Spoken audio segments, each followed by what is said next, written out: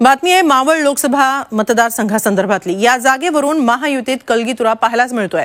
महायुतीत भाजप राष्ट्रवादी काँग्रेसने या जागेवर दावा केलाय। कुणी कितीही दावे केले तरी महायुतीचा उमेदवार मीच असेन असा विश्वास विद्यमान खासदार श्रीरंग बारणेंनी व्यक्त केलाय। तर मावळ लोकसभेचा उमेदवार कुणीही असो तो कमळावरच लढला पाहिजे अशी भूमिका भाजप आमदार उमा खापरेंनी घेतली आहे।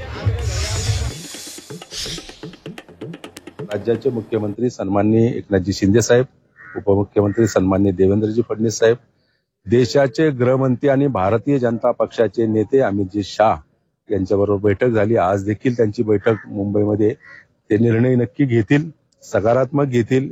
2024चा उमेदवार मीच तुमच्या पुढे येईल।